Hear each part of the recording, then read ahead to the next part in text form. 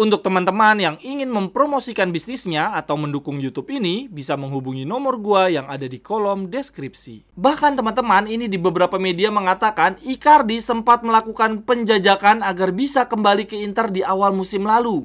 Banyak media mengatakan bahwa Icardi tetap menaruh hatinya pada Inter. Jerewetan ceking kita, nyerewetin apa aja.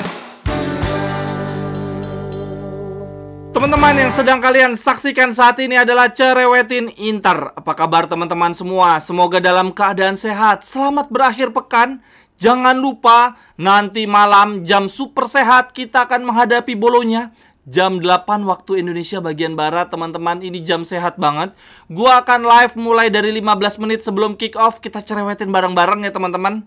Ini biasanya kalau Inter main di jam super sehat, ada-ada aja nih ketegangannya. Ya menang tipis di detik-detik terakhir, ya tahu-tahu kebobolan di detik-detik terakhir, selalu ada-ada aja.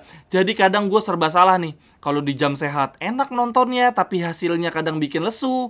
Tapi giliran main di jam yang nggak sehat, harus melek tengah malam, kita banyak menangnya. Oke deh teman-teman, yuk kita bahas pertandingan lawan Bolonya. Ini lawan kita lagi on fire. Di pertandingan sebelumnya mereka baru saja membantai Empoli 3-0. Orsolini hat-trick ya teman-teman. Kita aja ngelawan Empoli cuma menang selisih 1 gol doang ya, 1-0. Selain Bolonya lagi on fire, ada satu lagi kelebihan dari Bolonya, yaitu mereka sama sekali tidak kelelahan. Mereka tidak main di kompetisi Eropa. Jadi mereka punya waktu sekitar 7 hari untuk mempersiapkan pertandingan berikutnya. Sedangkan untuk kita teman-teman, baru aja 3 hari yang lalu tanding.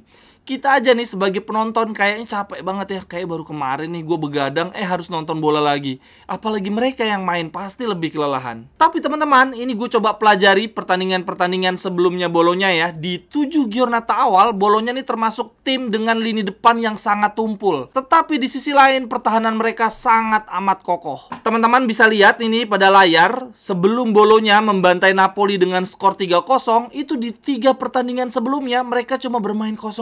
Teman-teman, tidak mencetak gol di 3 pertandingan terakhir.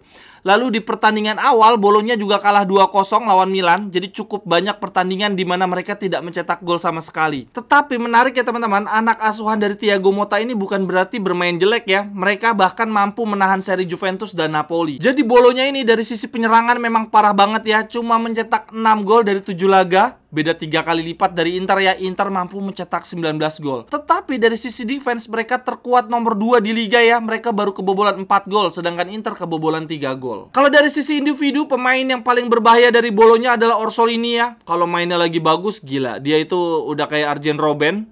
Lalu pemain lainnya dari Bolonya yang menurut gua berbahaya, ini ada Saelemaker ya, pemain yang dibeli dari tim papan bawah. Lalu pemain lainnya yang berbahaya menurut gua adalah penyerang tengah mereka, masih muda, ini baru dibeli dari Bayern Munchen untuk menggantikan Arnautovic, namanya Joshua Zirkzee. Sedangkan dari sisi Inter menurut gua akan ada banyak rotasi, itu di pertandingan terakhir lawan Benfica, Thuram dan Calhanoglu bahkan udah nggak sanggup menyelesaikan pertandingan 90 menit. Ini kalau versinya Sky Sport, mereka punya prediksi line up ya. Di lini belakang akan ada rotasi, De Vrij main menggantikan Acerbi. Sedangkan untuk center back kiri dan kanan tetap Bastoni dan Pavard. Lalu untuk posisi 5 gelandang, Sky Sport entah kenapa memprediksi cuman Aslani nih yang menggantikan Calhanoglu. Kalau menurut gue kayaknya enggak sih, harusnya Augusto atau Darmian bahkan bisa bermain sejak awal. Kayaknya nggak mungkin deh kalau rotasinya cuman Aslani. Ini kecapean banget, apalagi Mkhitaryan, kasihan anjir. Lalu lanjut untuk berita berikutnya, gue akan bacain berita-berita menarik dari klub kesayangan kita. Yang pertama dari Juan Cuadrado teman-teman, yang tidak akan membela timnas Kolombia di international break ke depan ya, di kualifikasi Piala Dunia. Di sini dikatakan bahwa tim medis Inter berhasil berdiplomasi, bernegosiasi dengan pelatih Kolombia untuk menyimpan Cuadrado untuk tidak dipanggil di tim nasional agar bisa memulihkan cedera. FC Internews menuliskan artikel begini. Di beberapa hari terakhir, Inter bekerja sangat intens dengan pelatih Kolombia untuk meminta Cuadrado bertahan di Italia melakukan pemulihan cedera. Dengan dikabulkannya permintaan ini, Inzaghi bisa berlatih dengan Cuadrado dengan tenang tanpa mengambil risiko. Lalu lanjut berita yang kedua, Inter dikabarkan mulai melihat kemungkinan merekrut penyerang tengah fisikal di Januari nanti. Ada 2 nama teman-teman yang diincar. Yang pertama adalah Mahdi Taremi, penyerang dari Iran yang saat ini bermain di Porto. Tetapi sayang ya, di sini dikatakan Porto bersikeras menjual Taremi di angka 20-25 juta walaupun kontrak berakhir di tahun 2024. Ini sepertinya Porto terinspirasi oleh Munchen ya, yang berhasil menjual Pavard di angka 20 jutaan walaupun kontrak berakhir tahun depan. Tapi kan ya beda kelas lah, Pavard sama Taremi, jangan disamain. Lalu nama kedua teman-teman yang tiba-tiba muncul lagi yaitu Mauro Icardi. Bahkan teman-teman, ini di beberapa media mengatakan Icardi sempat melakukan penjajakan agar bisa kembali ke Inter di awal musim lalu. Banyak media mengatakan bahwa Icardi tetap menaruh hatinya pada Inter. Tapi ya teman-teman, ngomong-ngomong soal Icardi, di tengah segala kontroversi yang ada, dia memang nyebelin banget apalagi gara-gara si Wanda Nara. Tetapi dari hal kemampuan dia mencetak gol dari sisi klinis di depan gawang, Icardi memang top banget. Ini ada daftar pemain Argentina yang mencetak gol di Liga Champions. Icardi berada di peringkat 14 teman-teman. Dia mencetak 10 gol dari 21 pertandingan. Lalu di atasnya ada Lautaro Martinez. Ternyata Lautaro sudah ada di atasnya Icardi dengan mencetak 11 gol dari 38 pertandingan. Dari sisi mencetak gol, Lautaro memang lebih banyak dibandingkan Icardi. Tapi dari sisi konversinya, gila. Icardi mencetak 10 gol cuma dari 21 pertandingan. Parah. Kemudian lanjut, berita yang ketiga teman-teman. Ini sangat menarik. La Gazzetta membuat artikel dengan judul Operazione Grande Inter. Operasi Inter yang luar biasa. Isi artikelnya begini. Dari kekuatan di lini depan, kedalaman skuad, harmonisasi antara fans dan para pemain di ruang ganti. Berikut ini adalah 5 alasan kenapa Inter menjadi favorit Scudetto dan bisa saja kembali masuk final Liga Champions. Jadi ini La Gazzetta membahas ya 5 hal yang membuat Inter menjadi favorit Scudetto dan bisa saja melaju jauh bahkan sampai final Liga Champions. 5 alasan versi Gazzetta. Yang pertama, attack, lini serang. Inter memiliki mesin gol. Sejauh ini hanya pemain belakang yang belum mencetak gol. Selebihnya seluruh pemain di berbagai posisi telah mencetak gol.